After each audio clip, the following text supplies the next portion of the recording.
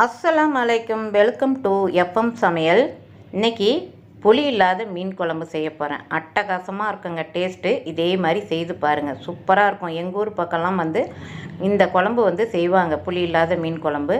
அருமையான டேஸ்ட்டாக இருக்கும். சுவைம்பாங்கள, சுவையோ சுவைன்னு, அதே போல் அருமையான சுவையாக இருக்கும். இதுக்கு தேங்காய் அரை மூடி அளவுக்கு தேங்காய் துருவல், 1 டீஸ்பூன் அளவுக்கு பெருஞ்சீரகம் போட்டு பட்டு போல் அரைச்சிக்கின்னு, ஒரு சின்ன சைஸாக இஞ்சியும் பூண்டு ஒரு 8 பல்லு அளவுக்கு பூண்டும் வச்சு அது கொரப்பாக அரைச்சிக்கின்னு. நான் ஃப்ரெஷ்ஷாக போட்டால் மீன் குழம்புக்கு சூப்பராக இருக்கும். 3 தக்காளி எடுத்திருக்கேன். அதில் தேவையான அளவு உப்பு போட்டு நல்லா கையால் பிசைஞ்சிக்கின்னு, எந்த அளவுக்கு நம்ம பிசைஞ்சாலும் அது நல்லா மசிஞ்சு வராது. அதனால் ரசத்துக்கு நுணுக்கும் இல்லையா, அந்த உரல் எடுத்து இதே போல் உரலில் இடிச்சிக்கிட்டு அதை தனியாக எடுத்து வச்சுப்போம். இப்போ அதே பாத்திரத்தில் வேஸ்டேஜாக நிறைய சாமான் சேரும். அதனால் அதை வேறு பாத்திரத்தில் மாற்றிக்கிட்டு, தக்காளி இருந்த பாத்திரத்தில் மாற்றிக்கிட்டு இப்போ இதில் மீன் எடுத்து வச்சுருக்கேன். அதிகமான சாமான் சேர்க்காமல் இருக்கிறதுக்கு நம்ம ஒரு 2 சாமான் எடுத்தால் போதும். அதிகமாக நமக்கு சாமான் சேராது. மீன் கொடுவா மீன் தான் எடுத்து வச்சுருக்கேன், துண்டு மீனுன்னு சொல்லுவோம். மிளகாய்த்தூள் 2.5 டீஸ்பூன், மஞ்சத்தூள் அரை டீஸ்பூன், மல்லித்தூள் ஒரு 2 டீஸ்பூன், தேவையான அளவு உப்பு, இஞ்சி பூண்டு பேஸ்ட்டு ஒரு டீஸ்பூன் அளவு போட்டுக்கோங்க. ஆயில் 2 டீஸ்பூன் அளவுக்கு போட்டுக்கிட்டு நல்லா பெசரி விட்டுக்கோங்க. இது ஒரு 1/4 மணி நேரம், ஒரு 15 நிமிஷம் ரெஸ்ட் எடுத்தால் போதும். அதன் பிறகு நம்ம இதை பொரித்து எடுக்கணும். இப்போ தக்காளி வேறு பாத்திரத்தில் மாற்றிக்கிட்டேன். அதில் 3 பச்சை மிளகா போட்டிருக்கேன். நல்லா உடச்சி விட்டு நல்லா கையாலேயே பிசையுங்க. நல்லா அந்த பச்சை மிளகா தக்காளி எல்லாத்தையும் நல்லா பிசறி விடுங்க. இப்போ மீனை பொரிச்சிருவோம். ஒரு தோசைக்கல் வச்சுருக்கேன், அடுப்பை ஆன் பண்ணியிருக்கேன், தேவையான அளவு ஆயில் விட்டுருக்கேன். இப்போ ஒரு 6 மீன் நான் பொரித்து எடுத்திருக்கேன். இந்த குழம்புக்கு ஒரு 6 மீன் 7 மீன் போட்டால் போதும். நான் 6 மீன் அளவுக்கு எடுத்திருக்கேன். எந்த அளவுக்கு நம்ம எடுக்கிறோமோ இது பொரித்து அந்த மீன் குழம்புல போட போகிறோம். சூப்பராக இருக்கும், அருமையான டேஸ்ட்டாக இருக்கும். நல்லா கொஞ்சம் கோல்டன் ப்ரௌன் கலருக்கு வந்தோடனே நம்ம திருப்பி போடணும். இது ரொம்ப பொரித்து எடுக்கக்கூடாது, அரை பதமாக தான் நம்ம பொரித்து எடுக்கணும். ஜாஸ்தியாக பொரிச்சிடக்கூடாது. இந்த குழம்புக்கு அரைப்பதமாக பொரித்து எடுத்து வேறு தட்டில் மாற்றிட்டு இதே ஆயிலை மீன் குழம்புக்கு சேர்க்க போகிறோம். சூப்பராக இருக்குங்க. இதே மாதிரி செய்து பாருங்கள். தேங்காய் பால் ரைஸோடு சாப்பிடும்போது அட்டகாசமாக இருக்கும், அருமையாக. இதுக்கு தேங்காய் பால் ரைஸ் தான் வைப்பாங்க இந்த குழம்புக்கு. சூப்பராக இருக்கும். இது ஒரு தட்டுக்கு மாற்றிடுவோம். இதே ஆயிலை அடுப்பை ஆன் பண்ணி ஒரு கடாய் வச்சுருக்கேன். அதில் இந்த ஆயிலே போட்டிருக்கேன். உங்களுக்கு பத்தலைன்னா நல்லெண்ணெய் சேர்த்துக்கங்க, இல்லைன்னா வேறு குக்கிங் ஆயில் எந்த ஆயில்னாலும் நம்ம சேர்த்துக்கலாம். ஆனால் நல்லெண்ணெய் மீன் குழம்புக்கு சேர்த்தா சூப்பராக இருக்கும். இப்போ இந்த ஆயிலே சேர்த்துருக்கேன். கொஞ்சம் ஆயிலும் கொஞ்சம் சேர்த்துக்கிட்டேன் இதில். ஏன்னாக்கா மீன்லாம் பொரிச்சிருக்கோம் இல்லையா, அந்த ஆயிலும் இதில் சேர்ந்து வரும். அதனால் இதே போதுமானதாக இருக்கும்.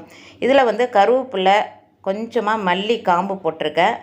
2 வெங்காயம் நீட்டு வாக்கில் கட் பண்ணி போட்டுக்கணும். போட்டு நல்லா வதக்கிக்கணும். இது நல்லா வதங்கி வரணும், நல்லா குலைவாக வதங்கி வரணும். இந்த வெங்காயம் வதங்காமல் போட்டுறாதீங்க, கண்ணாடி பதத்துக்கெலாம் வதங்கக்கூடாது.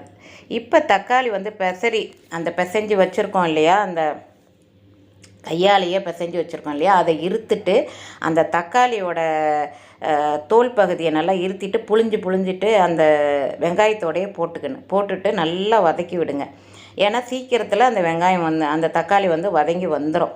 அதனால் அந்த தக்காளி தண்ணியை மட்டும் வச்சுட்டு அந்த தக்காளியோட தோல் பகுதியை புழிஞ்சி அதில் போட்டுடுங்க. போட்டு நல்லா வதக்கி விட்டுக்கோங்க.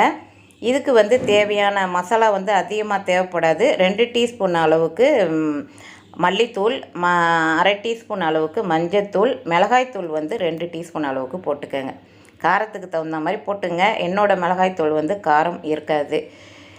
நல்லா இதை அந்த மசாலாலாம் வெங்காயத்தோட நல்லா மிக்ஸ் ஆகிற மாதிரி நல்லா வதக்கி விடுங்க. இப்போ தக்காளி தண்ணி இருக்குது பார்த்தீங்களா, அந்த தக்காளியை சேருங்க. சேர்த்து இது நல்லா குலைவாக அது வெந்து வருன்னு. அந்த ஸ்டேஜில் கரம் மசாலா ஒரு அரை டீஸ்பூன் போட்டுக்கோங்க.